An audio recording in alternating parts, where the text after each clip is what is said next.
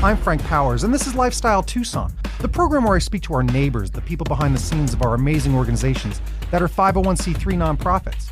Our friends are informing you how they serve our community, and they're here to give you updates on future projects. Let's make some new friends today.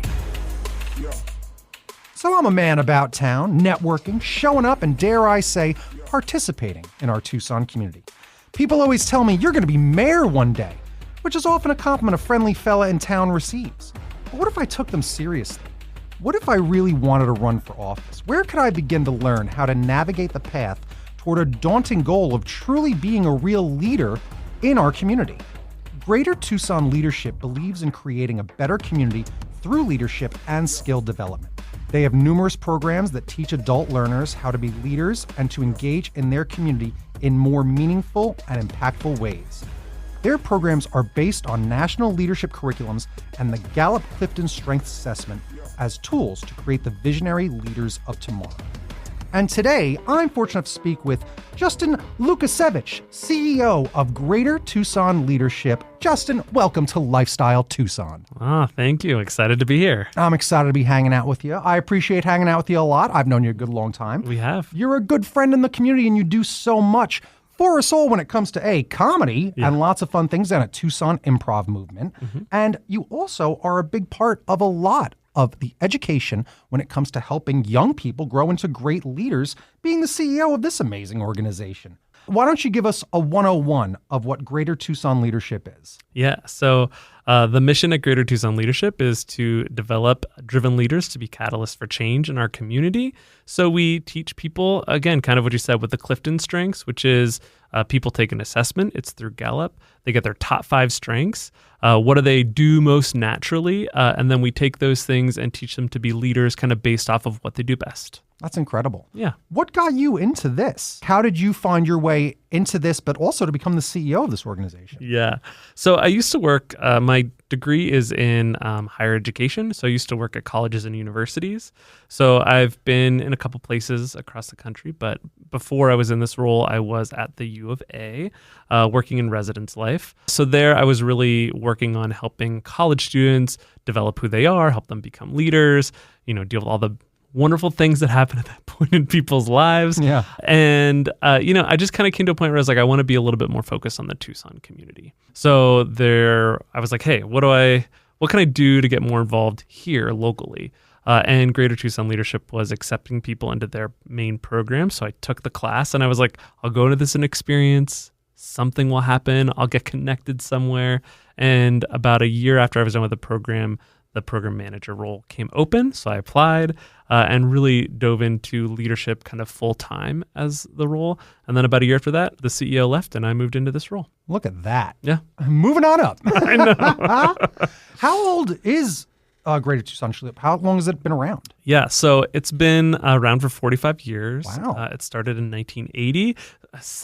Blue Sapphire anniversary, Nice. So we're excited to, I'm excited to be a person who kind of has stewardship over this program for a little bit of time. But the cool thing is that it is a pillar of our community, and I think it will be into the future. I think so. And more than ever, do we need something like this? Because I find it to be just so fascinating what you are doing, because I've always wondered about it. People don't think about industries and industry terms as much as they should. Well, I always use like the tattoo industry as an example. It's an industry.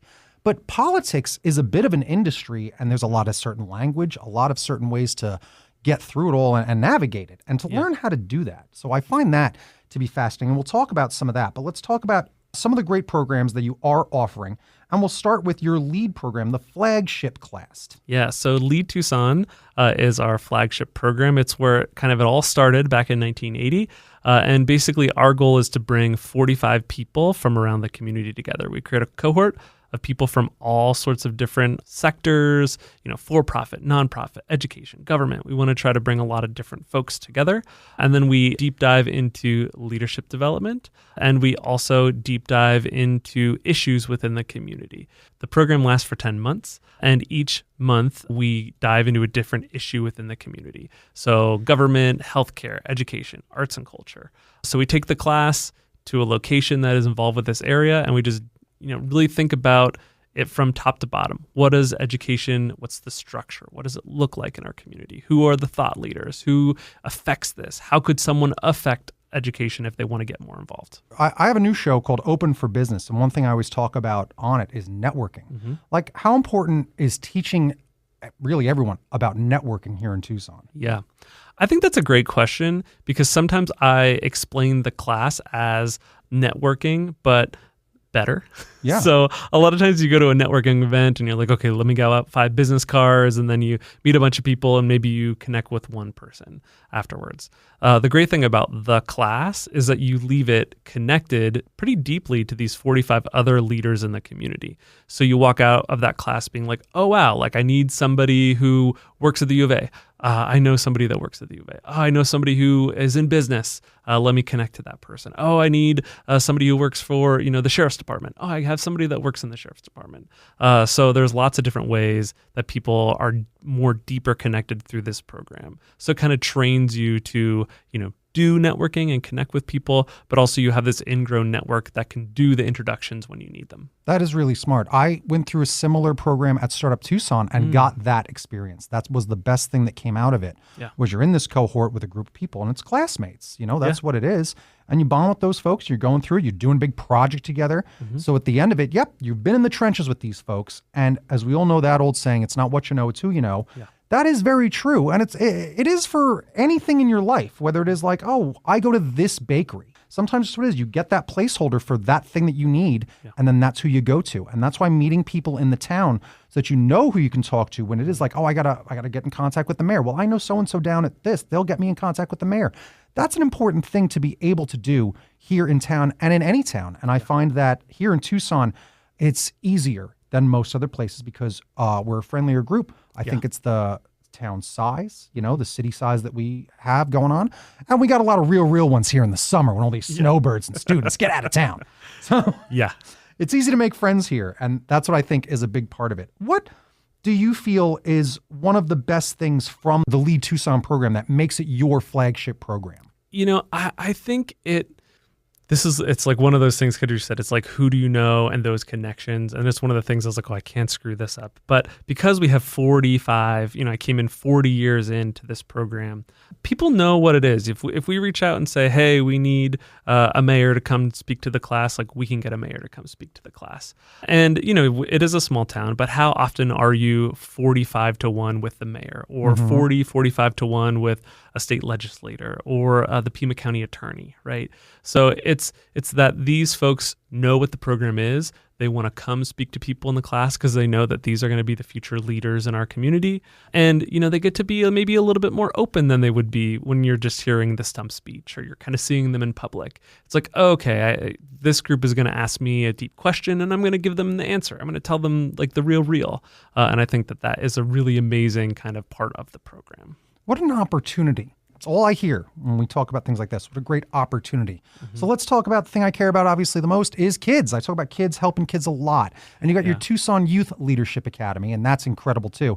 To do pretty much what I imagine is some of the same thing, but just get them at a younger age and really lay the groundwork for them to make it to that next step. Yes. Tell me about some of your history because you've been a teacher as well in your life. Yeah. Well, I was slightly a teacher. My first degree is in elementary education, and I substituted like 3 times, and then I moved on to the college kids. Yeah, but that's cool. But those are kids that need that help. Well, how old are these kids in the youth leadership program then? Yeah, so we go to Title I high school each semester. Okay. So every fall and every spring, we go to a new school. We were just at Santa Rita and Palo Verde High School last year. And in the upcoming school year, we're going to be in Marana and then Pueblo High School. So we're excited to kind of just move our way around the county and get into different schools. And basically kind of what you said, we took our adult leadership program and we kind of took out some of the parts that we think are most important for high school students. So, maybe it's conflict mediation, maybe it's public speaking, building different connections. So we've kind of taken those ideas and put them into like a more effective, quick program that kind of gets done within 4 months with the students. That makes a lot of sense. I mean, I've got some of it. You got what you were saying before. You got that Myers-Briggs Strong interest survey where you're getting the GALLUP StrengthsFinders assessment to get everybody on the right path. Leadership development, but then also career pathway panels. And then my favorite part, the career shadowing. Yeah. Yeah, and we love it. It's a partnership. So this program, when we started it, it's with the Pima County School Superintendent's Office, so Dustin Williams' office. We have Andrew Bevington is one of the staffers there, and he works directly with us, and he originates kind of all of the job shadowing that the students do. So we have kind of, 1,500 alumni that have been through our flagship program. They have a whole bunch of businesses and different places that they work with, and we look to get the students into a career that they are interested in. So it's really fun to see a high school kid go and be like, I want to be in the medical field. And we get them in there and they spend a day in the medical field and they come back and they're like, that was not for me. Not want to be in the medical field. Say that, that's brilliant. Yeah. And they're like, let's try something else, Wow. Or they come back and they're like, wow, I loved that. I really, really want to be a part of it. And we just tell them that that's such an important part of trying things, of growing up. If you're like, I'm going to be a doctor. I was told that I'm going to be a doctor. My parents want me to be a doctor. And you go shadow a doctor for a day and you're like, oh, I don't want to be a doctor.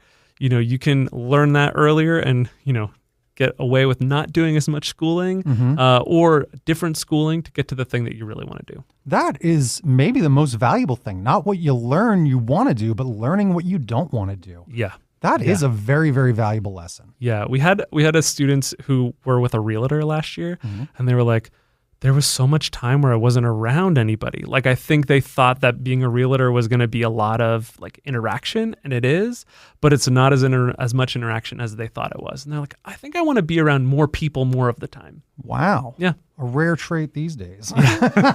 Exactly. Maybe that's just my age, but that's incredible. And that makes my day to hear all about that, because again, to give opportunities to all these young folks is so important. Because those are those years where you can really affect someone with one day. Yeah. One day can be a day they never forget. Right. Yeah. So way to be an inspiration. I love it. I want to talk about now the thing I opened up with, which is the Civic and Political Leadership Academy. That's exciting. Do you know what civics is, everyone? Civics is the social science of dealing with the rights and duties of citizens. So you should think about civics and how you might want to get a little more involved. So tell me all about the Civic and Political Leadership Academy, because I think that this is very unique and really just something very impressive. I want to talk about this a little more than everything. Yeah. So we started this program. We just graduated our 6th cohort. So we're going to be going to year 7 starting in January. And basically this program is built in conjunction with Jonathan Rothschild, who's the former mayor of Tucson. And his vision was, I want to teach people how to do it. The how-to of running for office. Because a lot of times people, kind of what you said before, what we just talked about, is people are like, I want to run for office. They start running for office and they're like, whoa, I do not want to run for office. Right. Or there's a lot of people out there who are like, maybe that could be a way I could get involved. They get into the program and they find the back end of it and they're like, oh, wow, I do want to do that, because now it's demystified a little bit. Yes. Yeah. So demystify it for us right now. There's a lot of great programs when it does come to that. You have your monthly things. I'll just go through some of your months. It's going to start with the why and political parties, just learning all about that. Then you got Local Government 101 in the next month. You got Running a Successful Campaign and Community Involvement as the next month. This is literally the how to do this. You're building it right with them month after month. Month 4 is Media, Right Time to Run, and State and Local Initiatives. That's exciting. You got Connecting with Stakeholders and the Electoral Landscape in Arizona. And then month 6, Advocacy, Political and Government Positions, and Graduating, and those final pitches. Pitches being a very important part of any of this stuff. You got to be able to out there and talk. I love all of this, like so much. Yeah. Okay, again, maybe I do it one day. And not specifically for, I'm just fascinated by it in general, because I think that these traits are good for a lot of skills out there. Yeah. There's a lot of politicking in a lot of different industries. Yeah. I think these skills are very smart. Let's go through some of this and really break a lot of it down, because I think it is important. And again, the fact it was started by Mayor Rothschild, that's fantastic. Yeah. That's amazing. I love it. And I'll just say this, on the way out the door, I produce Rethink. So you saw Zach Yenser on the way out the door. You're old friends with him. I know he ran for office at a point and probably is thinking about what he did wrong or what he did right, what to do next. He might even want to get a little advice from you. And anyone that is like a young entrepreneurial politician these days, which maybe we need some more of those, this is, I think, a path to take. It's very inspirational. Yeah. Go on. Yeah, definitely. And I think, it's really interesting that we've kind of been talking about the high school students and learning maybe what they don't want to do or what they do want to do. And I think the same thing is true in the Civic and Political Leadership Academy. And I think that this is like the secret sauce of all of our programs at Greater Tucson Leadership. When you come into our program, we're going to really talk about who are you, what are you passionate about, and then how do you act? How do you go out and put that into action? Mm-hmm. So a lot of times, one of the things that I kind of wasn't thinking about before I went through the program when I first got involved with Greater Tucson Leadership, because I was a program manager and I was like, I need to go through this myself, and learned a ton, right? And one of the biggest things that I wasn't thinking of is you have to know what you're passionate about and what office affects that thing. So education. Take that, for example. Mm-hmm. If your thing is education, you want to make education better, and you're like, I'm going to run for the city council, I'm going to run for the mayor of Tucson, and I'm going to fix education in Tucson.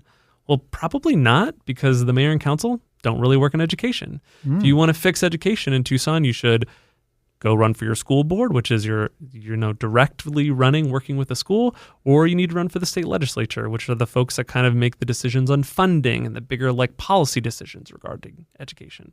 So helping people kind of understand, what office do I need to be in to do the thing that I want to do, or what are all of the offices that exist in this county? Because you could be the state mine inspector if you want to be the mine inspector. I know, right? And people don't know that exists. Or, one of the people that's currently in our program is going to run, he just got appointed, but he's going to run for the clerk of the courts. Okay. Did you know that was an elected official here in town? No. Okay. See, there's so many things out there that people can do to be a public servant. That's fascinating. Yeah. I love that you're just obviously educating about not only what it is, but how many different opportunities there are, and getting people to get in where they fit in. Mm-hmm. That's very, very important. Yeah. Even just going back to someone you named dropped earlier with Dustin Williams. Again, Dustin Williams, when I met him when I was in Startup Tucson, similar situation, gave a talk. And then I told him about my children's entertainment business and did a bunch of stuff. He said, come back to me in this amount of months. And then I did with all this stuff. I said, can I use a quote? Mm-hmm. And he gave me a quote that's still on my website. That just makes me feel real good that the superintendent over here of schools is doing a lot. Is that his role as superintendent of schools? Yes. Good. That the superintendent of schools here is approving what I'm doing. And that's really great. And again, didn't just do, he said, come back and prove it. And I did. Yeah. And it was really nice. But it shows you how that works, how you make a connection, you're friendly, you talk, you're not shy about it.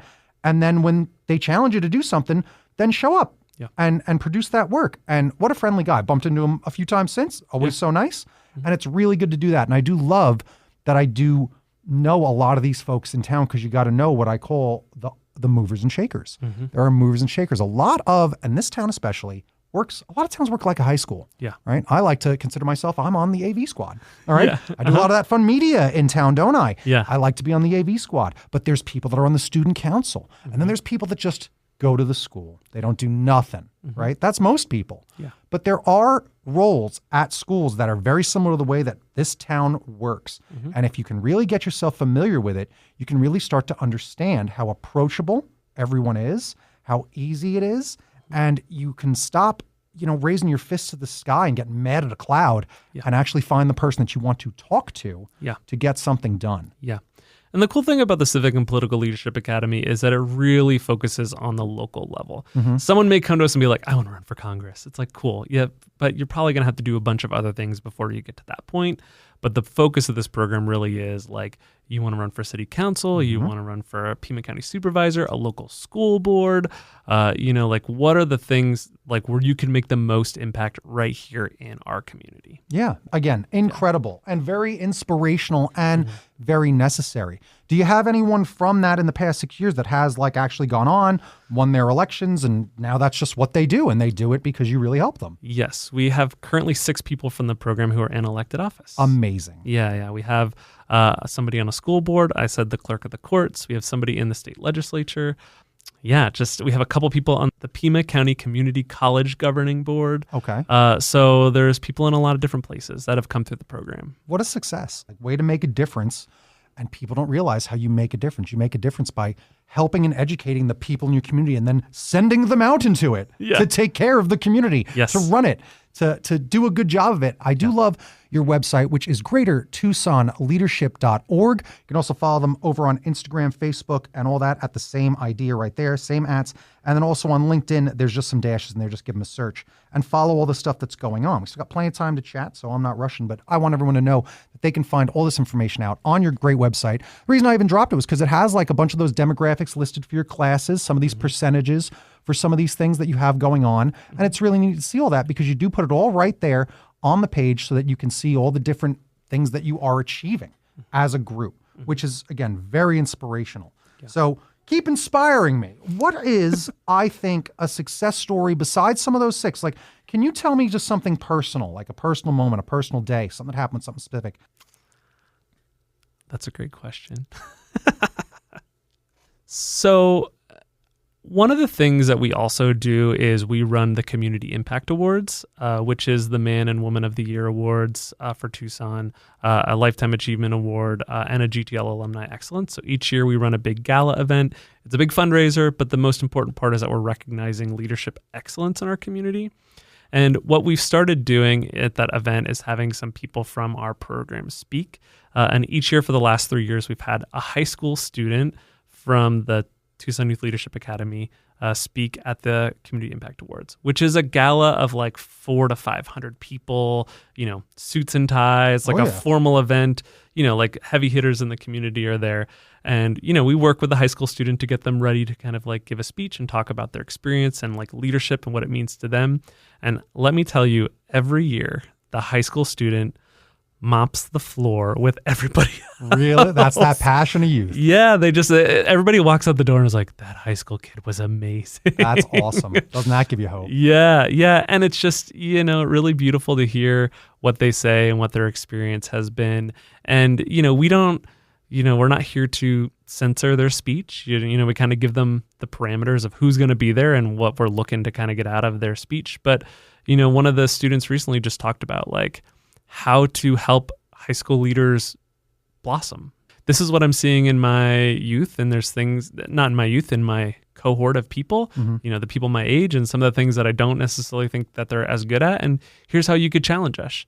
And that was a really cool speech that he gave this year. His name was Francisco, and he's from Flowing Wells High School. Hey, shout out. Congratulations, Francisco. Good job. That's the point of all this. And that really does make my day to hear about that sort of success, because that's the truth right there. Yeah. Is it's getting these kids to be passionate, because you can't bottle that youth passion. You remember how, I know what, you see the way I am now? Imagine me at 23. Yeah. I was a maniac with this sort of stuff. I'm going to save the world. I'll be the one to change New York City. Like that was my attitude. Like it's insane. But that's what you want to do. You want to get that youth, some of these younger folks that really do just see potential. They see the potential of what they can do because they've got their whole life ahead of them. Yep. So that's incredible to hear about. And I do love hearing about it. Super, super good. That's a great event. I know that the class just started. We were talking about deadlines before we started. So the newest class just started. Yes. What are some of the other events going on and other things that we can look toward the year? When is that gala? So that gala event is sometime in March/April. We haven't locked down the date for this upcoming year, but it's usually in the spring. But nominations will go out September 1st.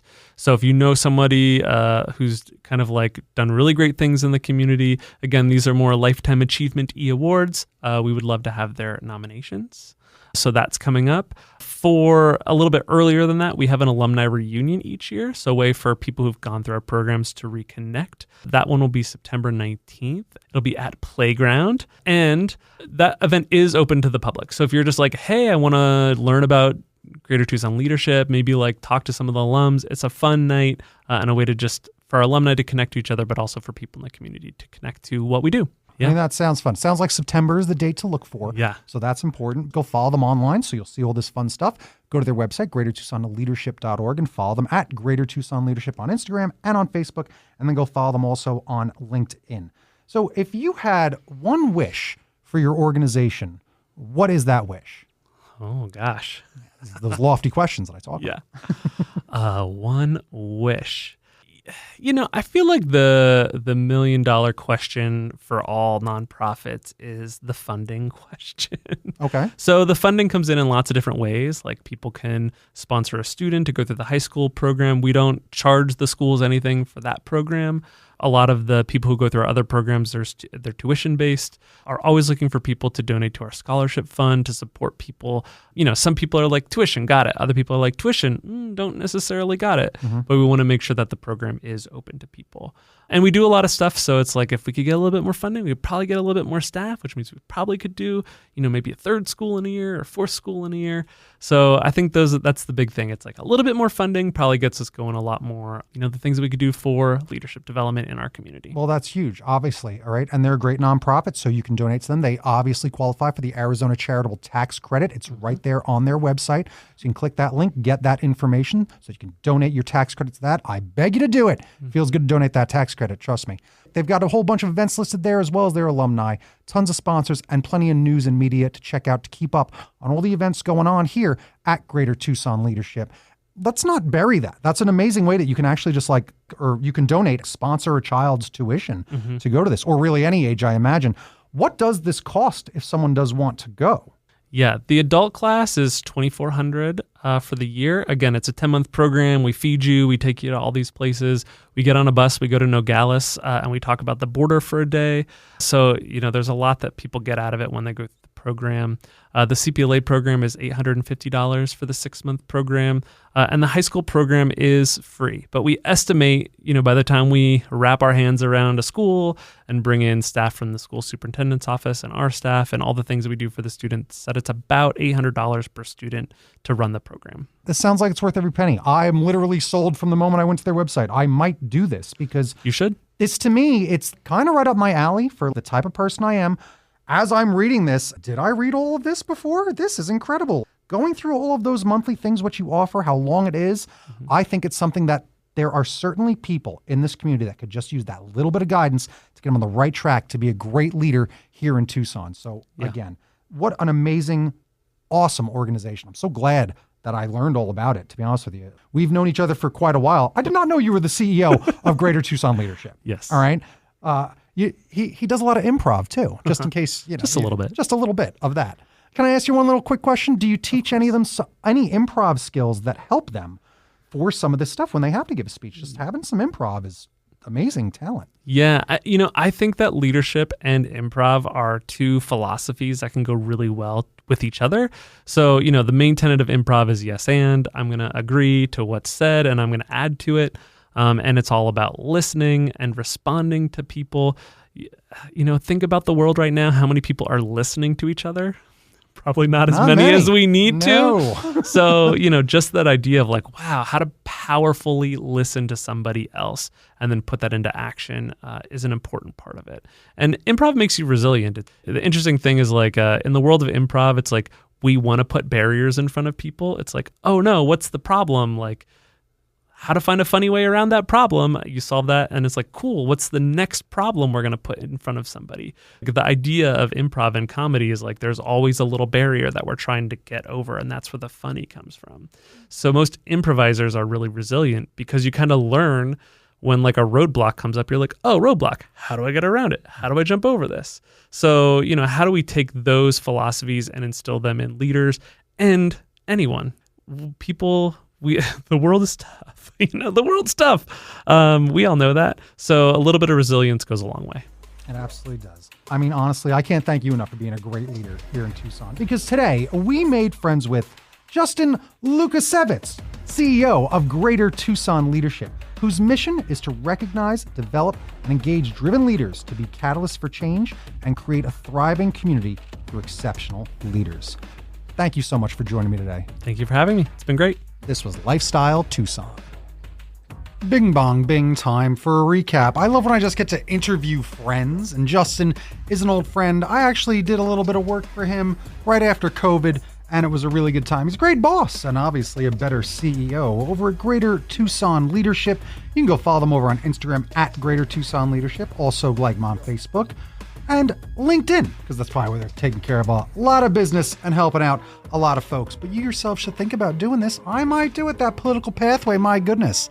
I don't think I want to be mayor of Tucson, but look out, Oro Valley. I want to thank our new friends at Greater Tucson Leadership for joining me today. You've been listening to Lifestyle Tucson. If you're a nonprofit that'd like to be on the show, email lifestyletucson@gmail.com. For more information about this program or to listen to something you may have missed, go to the Sunday Mornings page on klpx.com, kfma.com, mixfm.com, or espntucson.com, and crankthehanktucson.com. You can subscribe on iTunes, Spotify, and wherever fine podcasts are. Great leaders. Follow on Facebook, YouTube, and Instagram at Lifestyle Tucson. Because I'm your BFF, your best Frank forever, Frank Powers, and toot toot Tucson, I love you the most.